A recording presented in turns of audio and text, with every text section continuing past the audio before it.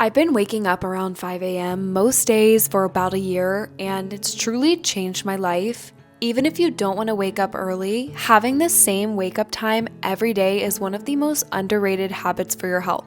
Our bodies run on a 24-hour internal clock, and so consistent wake up time and consistent bedtime help to anchor your hormones like cortisol and melatonin, which is going to help improve your energy, your sleep quality, and even your digestion.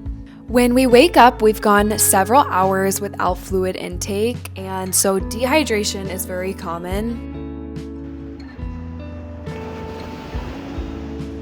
This morning, I woke up and went on a walk at the beach. It was the most gorgeous sunrise this morning, and watching the sunrise is one of the easiest ways to rebalance your circadian rhythm.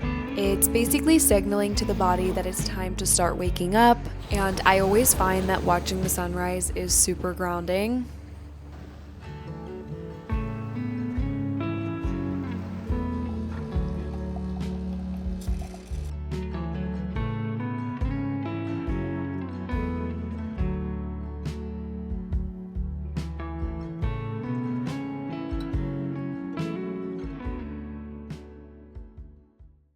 Good morning, friends. It is 7:15, so I've been awake for 2 hours and I haven't gone on my phone at all this morning. This is a boundary that I'm really trying to prioritize because my mornings feel so different when I wake up and I go on my phone versus when I wake up and I don't go on my phone. But I've noticed that it's a little bit hard for me to just wake up and not go on my phone if I don't leave my house. And so in the mornings, I have been either getting out and going on an hour-long walk, or I've been getting out, going to the beach and watching the sunrise and doing a walk, which is what I did this morning.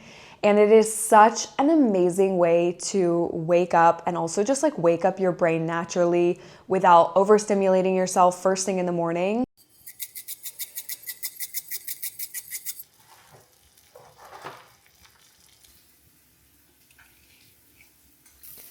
The way that you break your overnight fast is super important, and I have been prioritizing eating high protein for breakfast. Protein plays a major part in stabilizing your blood sugar and just supporting your overall focus and mood. And eating a high protein breakfast for me gives me energy throughout the day.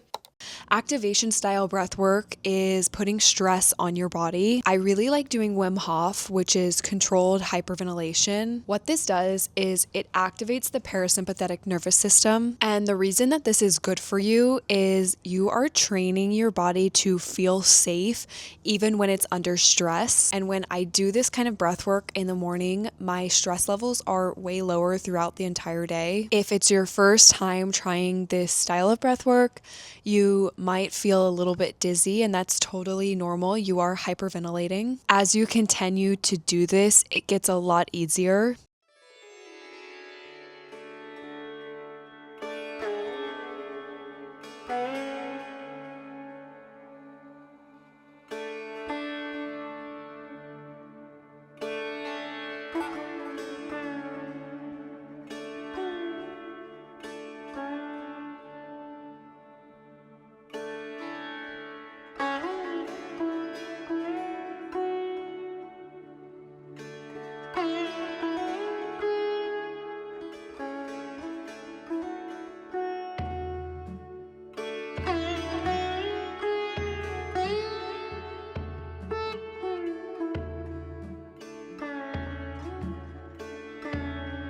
So many of us change our habits without actually understanding what they're doing to our body. So we'll eat more protein, we'll work out more, we'll sleep more, but we don't really pause to notice the output. Lately, I've been thinking about habits like inputs and outputs. So when I change an input, like eating more protein or working out more consistently, what actually changes on the other side? By paying more attention to the input versus the output, I feel like I have really started to understand my body so much deeper than I ever have before. The way that I've been doing this is through a super simple Google Sheet. And so I made an exact copy of the template that I've been using every day to track all of my habits and also track all of the outputs. I'm gonna have a link in the description. I'll also link it up here. This is also an invitation to join my newsletter. We have over 500 subscribers and I send out one newsletter per week. My newsletter is either about nutrition, it's about movement, it's about longevity, or things that I'm noticing in my own health data that I want to share with you guys. And so if you're interested, I'd love for you to join the newsletter as well. I'm really curious if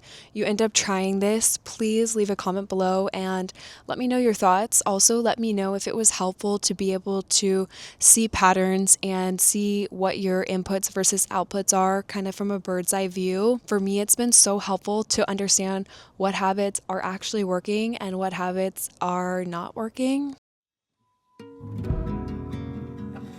Mobility training is so important and something that I'm starting to prioritize every single day. It is so important to take care of your spine, and a lot of us sit hunched over a computer all day long and it makes our backs hurt. It leaves us with bad posture. And so doing mobility exercises to actually stretch the body out are essential. Dead hangs have become one of my favorite things to do. It is the easiest way to decompress your spine. It also helps to realign your posture and it helps to build up your shoulder strength. When I first started hanging, I could only hang for like 25 seconds, and now I can hang for over a minute. Even though stretching and doing mobility exercises can be boring compared to lifting weights, it is so important for your body and for your longevity.